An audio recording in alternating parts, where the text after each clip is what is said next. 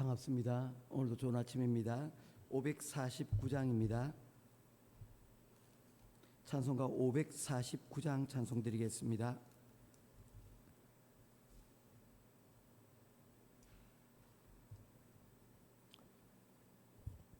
찬송가 549장입니다. 내 주여 뜻대로 행하시옵소서. 온 몸과 영혼을 다 주께 드리니 이 세상 고락간 주 인도하시고 날 주관하셔서 뜻대로 하소서. 내 주여 뜻대로 행하시옵소서. 큰 근심 중에도 낙심케 마소서. 주님 도때로는 울기도하셨네. 날 주관하셔서 뜻대로 하소서. 내 주여 뜻대로 행하시옵소서. 내 모든 일들을 다 주께 맡기고 저 천성 향하여 고요히 가리니 살든지 죽든지 뜻대로 하소서. 아멘. 찾으실 하나님의 말씀은 디모데전서 제5장 1절에서 16절까지 말씀입니다. 신약성경 디모데전서 제5장 1절에서 16절까지입니다. 한 절씩 교독하며 보겠습니다. 늙은이를 꾸짖지 말고 권하되 아버지에게 하듯 하며 젊은이에게는 형제에게 하듯 하고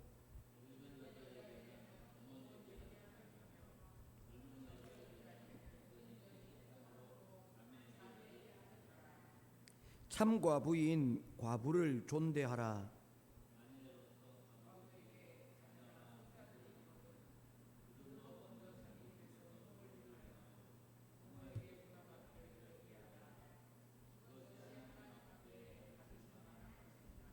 참과부로서 의로운 자는 하나님께 소망을 두어 주야로 항상 간구와 기도를 하거니와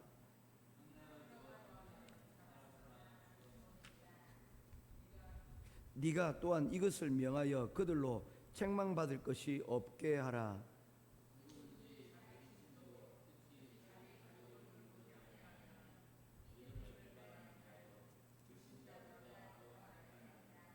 과부로 명부에 올릴 자는 나아가 욕심이 덜 되지 아니하고 또 아니하고 한 남편의 아내였던 자로서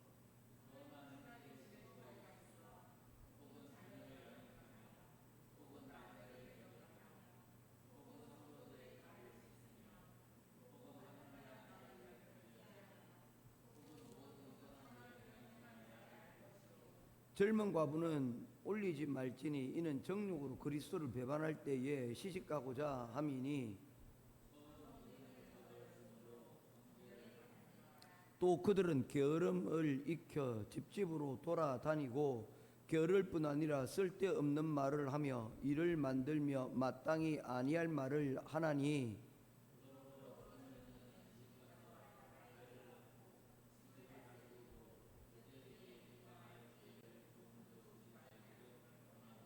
이미 사탄에게 돌아간 자들도 있도다.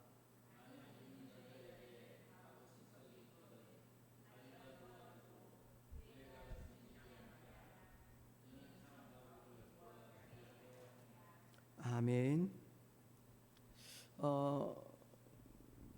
가정 같은 교회, 교회 같은 가정에 대해서 아마 이야기를 들어보셨을 것입니다. 교회가 가정이요, 그리고 가정이 교회처럼 되어야 한다는 것입니다.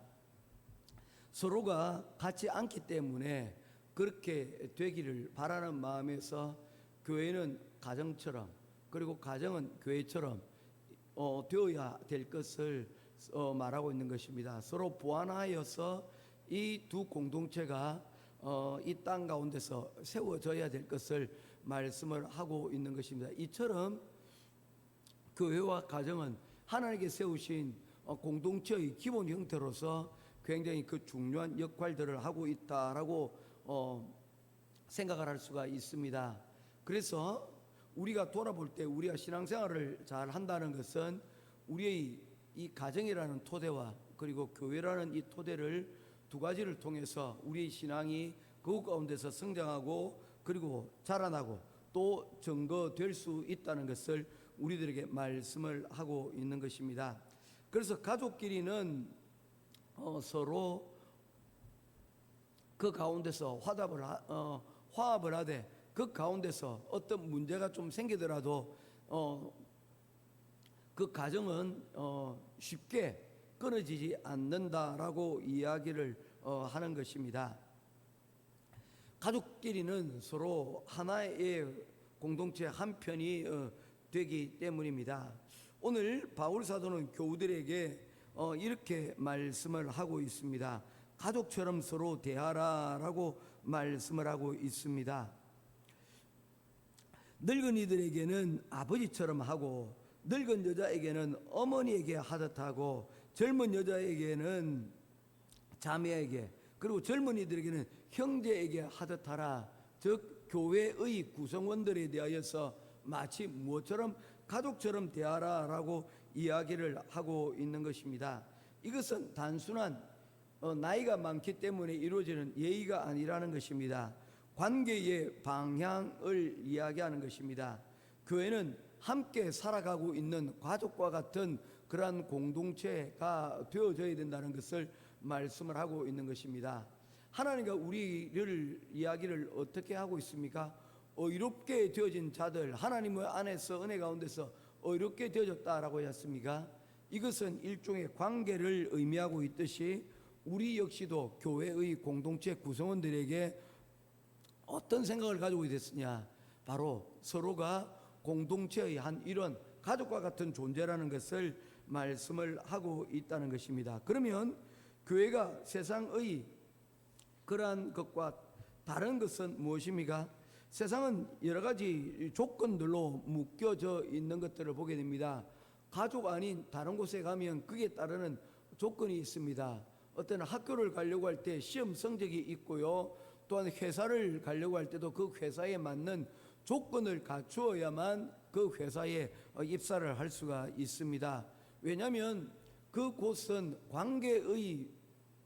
관계로 맺어진 것이 아니라 어떤 목적을 이루기 위해서 세워진 곳이기 때문에 그 목적을 달성하기 위한 조건들이 그곳 가운데 있는 것입니다.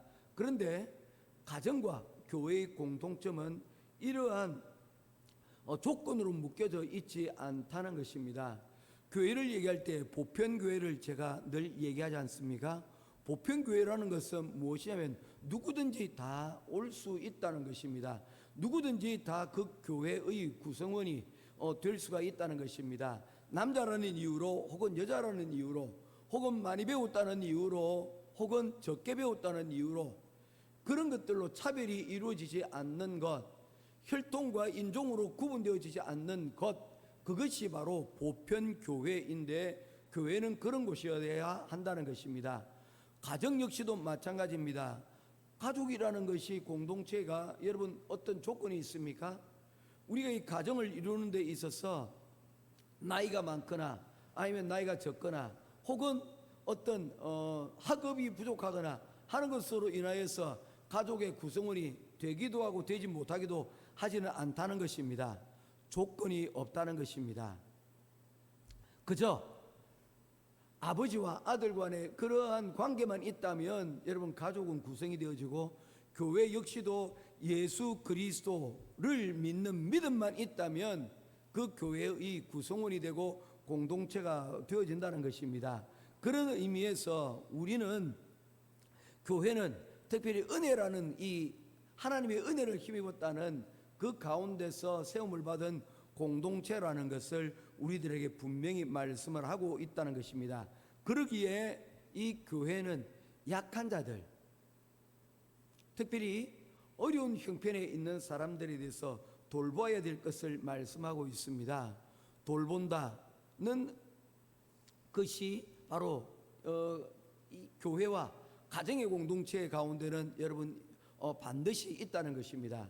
사회의 공동체에서는 여러분 서로가 서로를 돌보지 않습니다. 각자 자신에게 주어진 한 몫의 일들을 해야 되는데 가정과 교회는 그렇지 않다는 것입니다.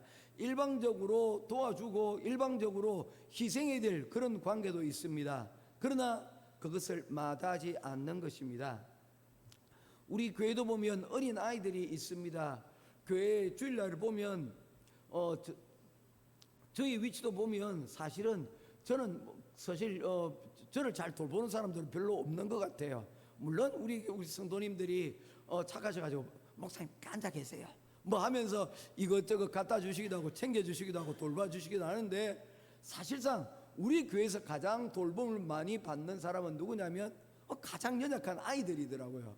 시험 보면 사람들이 와 그렇게 가는지 모르겠어요. 시험 보면 서로 가서 다 안고 여러분 둥가둥가 하려고 그래요. 소리 질러도 아무도 여러분 거기에 대해서 불평이나 원망하지 않습니다. 약한 것을 알기 때문이죠. 그리고 서로가 서로를 위해서 돌보려고 합니다. 이것이 교회의 본질이에요. 이것이 가족의 본질입니다. 10손가락 깨물어서 안 아픈 손가락이 없다라고 얘기하지만 그 가운데서 가족과 교회의 의무는 무엇입니까? 가장 약한 것을 찍어버리지 아니하고 그것에 대해서 오히려 더 신경 쓰고 더 돌보는 것, 이것이 교회가 하는 일이라는 것입니다.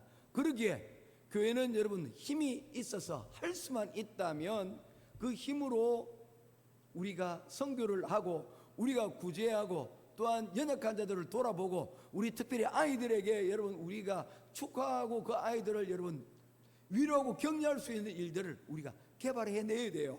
어떻게 하면 이 아이들을 잘 길러낼 수 있을까에 대한 마음이 있는 겁니다. 장로님 그렇지 않습니까? 시야 보고 아이리 보면 그런 마음이 들지 않습니까? 예, 뭐든지 해주고 싶은 그런 마음이 그 가족 공동체를 단단하게 만들고 교회 공동체를 더욱더 단단하게 만들어 간다는 것입니다. 이것이 바로 교회의 본질이라는 것입니다. 그런 의미에서 바울 사도는 디모데에게 이야기를 하고 있는 거예요. 과부를 돌보는 책임에 대해서 말씀을 하고 있습니다. 돌봐줘야 된다는 것입니다. 연약한 자들을 그냥 여러분 연약하다고 내버려 두지 말고 그 사람을 돌봐주는 것, 이것이 바로 우리가 은혜 공동체로서 반드시 해야 될 일이라는 것을 말씀하고 있는 것입니다. 어떤 기억이 잘 나진 않는데 어떤 곳에서 뭐 이런 이야기를 들었습니다. 1992년에 영국의 런던의 한 교회에서 산책을 하는 가운데 아주 어린 아이와 어머니가 있었는데 어머니가 강도에 의해서 강도인지에 의해서 처참하게 그 아이가 지켜보는 것 가운데서 살해를 당했습니다. 목격자가 없었습니다. 이 아이는 그 목격자를 설명할 수 있는 그런 능력이 되지 못합니다. 범인을 잡지를 못했습니다. 시간이 흘러서 10년의 세월이 흘러버렸습니다. 그 가운데 경찰은 끝까지 이 범인들을 추적을 하고 용의자를 잡아내게 되었습니다. 그래서 이 범인을 잡게 되었고, 그리고 이 가족들을 다시 소환하게 된 것이죠. 그리고는 묻는 것입니다. 이 사람이 이제 재판의 과정 가운데서 그 범죄가 스스로 인정을 하였고, 그리고 그 사람은 이제 처벌을 받게 되었습니다. 근데 이 아이는 이 사실에 대해서 마음을 닫고 있었어요. 기억하고 싶지도 않고 그 일에 10년이 지난 이 상황 가운데서 다시 휘말리고 싶지도 않은 것이었습니다. 그런데 이 친구에게 여자친구가 있었는데 이 일에 대하여 이야기를 하였더니 숨길 수만은 없었던 거예요. 왜냐하면 이 일이 너무나도 그 사회에서 큰 이슈가 되었기 때문에 이 10년이 지나 이 이야기 사건이 해결이 된다는 그런 이야기가 들리기 전에 기자들이 그 집에 들어왔고, 이 일로 인해서 그 마을에 큰 소동이 일어났기 때문입니다. 더 이상 숨길 수가 없어서 여자친구에게 말을 했더니 이 여자친구가 이야기를 합니다. 그 문제에 대해서 덮어둬서는 안 된다. 왜 이런 일이 생긴가에 대해서 이야기를 듣고, 그리고 그것을 이해하고 그 문제로부터 이제는 네가 자유로워져야 된다. 그냥 도망가고 그냥 숨기고 있는 것만으로는 절대 해결이 되지 않는다는 것입니다. 그런데 이 사람이 그 사람을 만날 수는 없었기 때문에 이 사람을 진단했던 정신병자였기 때문에 그 환자를 치료했던 그 의사에게 찾아갑니다. 그리고는 자신이 희생자의 아들임을 이야기를 하면서 시간을 내어서 이 사람에 대해서 이야기를 듣기를 원했습니다. 왜 우리 엄마를 해쳤을까요? 거기에 대한 의문을, 여러분, 문제를 피하지 않냐고 당당하게 얘기합니다. 그랬더니 이야기를 합니다. 이 사람은 어렸을 때부터 부모로부터 돌봄을 받지 못하고 학대를 받았다는 거예요. 그 가운데서 이 사람이 아스퍼거스 증후군, 우리 어떻게 보면 되냐면요, 변호사 우영우 보시면 됩니다. 일종의 자폐증을 앓게 되었고, 이로 인하여서 굉장히 극심한 우울증 가운데서 그런 범죄들을 일으키게 되었다는 것입니다. 그래서 질문합니다. 그런 우울증이 있으면 모두가 다 그런 사람이 됩니까? 왜냐하면 이 사람도 어머니를 눈앞에서 잃는 그런 큰 끔찍한 일을 당했지 않습니까? 했더니 그렇지는 않다는 거예요. 그런데 보통 이런 사람들은 의사가 얘기합니다. 이런 사람들은 기억을 하지 못한다는 거예요. 어린 시절에 대한 기억력이 없다는 거예요. 왜냐하면 이 사람을 돌봐주지 못했기 때문에 이 사람은 자신만의 세계 가운데서 어린 시절에 대한 기억이 없다는 거예요. 그랬더니 이 사람이 얘기합니다. 아니요, 나는 어린 시절에 대한 많은 기억들을 가지고 있어요. 나는 자라나면서 지금까지 많은 기억들을 가지고 있어요. 했더니 이 의사가 이야기를 합니다. 그러면 안정된 상황에서 사랑을 많이 받았던 증거입니다. 이것이 그 기억력을 여러분 가지게 만들었다는 것입니다. 그리고는 이 아들은 아버지에게 돌아가서 이야기를 합니다. 아버지 감사합니다. 이때까지 지나왔던 그 모든 것들이 다 무엇입니까? 사랑이었다는 것을 깨닫게 된 것입니다. 어머니의 빈자리를 이 아버지가 최선을 다하여서 자신을 돌보고 그리고 사랑해 주었다는 것을, 그래서 자기가 여기까지 어린 시절의 좋은 추억들을 가지고 기억하고 여기까지 올 수 있다는 것을 비로소 이야기를 하게 되었다는 것이죠. 그 이전에 사랑을 받지 못했습니까? 알고 있었죠. 사랑을 받고 있었기에 그 자리에 올 수 있었던 것입니다. 그 사랑을 받고 있었기에 당당히 그 문제 앞에 설 수가 있었던 것입니다. 이 이야기에서 여러분 던져주는 의미가 무엇이겠습니까? 우리가 그리스도의 복음을 전한다라고 얘기했을 때 여러분 무엇을 의미하고 있는 것입니까? 연약한 자들이 이 교회 그리고 가족이라는 그 공동체 가운데서 무엇을 받도록 하는 것입니까? 사랑을 받고, 지금은 비록 그 사랑이 무엇인지 다 헤아릴 수도 없죠. 인영이가 얼마 정도 헤아릴 것 같습니까? 아직은 몰라요. 언제, 지금도 알고 있다면 너무 감사한 일이고, 정말 감사한 일이고, 그리고 10년이 지나 또는 20년이 지나 아마 그 이후에 훨씬 더 이후에 알 수도 있을 것이에요. 그러나 그 받은 사랑이 어디 다른 데 가지는 않는다는 것입니다. 시기와 있고 때가 있다는 것이에요. 그때를 기다리며 우리가 해야 될 일은 무엇입니까? 자녀를 우리가 닿을 수 있는 힘까지 돌보고 사랑하며 교회가 그 일을 하게 되어지면 그 교회는 그 일로 인하여서 여러분 하나님이 기뻐 받으시는 그 공동체로 세워져 갈 수 있다는 것을 말씀을 하고 있는 것입니다. 그래서 교회는 어떻게 보면 연약한 사람들이, 힘든 사람들이, 아픈 사람들이 오게 되어지면 우리가 무엇을 해야 됩니까? 야, 드디어 하나님의 천국이 왔다라고 여러분 우리가 환영을 해야 된다는 것입니다. 왜냐하면 예수님께서 말씀하시기를 어린아이들이, 연약한 자들이 내게 오는 것을 금하지 말라라고 얘기하면서 말씀하시기를 천국이 그들 가운데 있다, 너희 안에 있다라고 얘기했습니다. 이 너희는 무엇입니까? 바로 저들 가운데 있다는 거. Among you, 개인이 아니고요, 너희들 가운데 있다는 거예요. 천국이 여러분 왔다는 것입니다.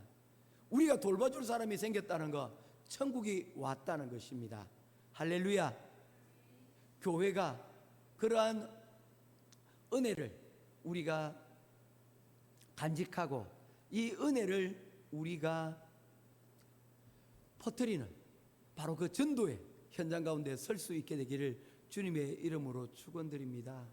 이것이 교회가 여러분 이 땅 가운데서 천국을 이루어내고, 그리고 교회가 이 땅 가운데서 공동체로 여러분 살아가는 가장 큰 이유가 될 것입니다. 모쪼록 우리 행복한 교회가 하나님께서 우리에게 주신 바로 이 우리 가족들로 인하여 서로가 연약할 때 서로가 서로를 위하여 기도하며 함께 세워져 나가는 귀한 주님의 공동체로 세워지기를, 바로 바울이 디모데에게 얘기했던 그 교회가, 보편교회가 우리 가운데서 이루어지기를 오늘도 이 시간 기도하며 나아가는 귀한 시간 되기를 주님의 이름으로 축원드립니다.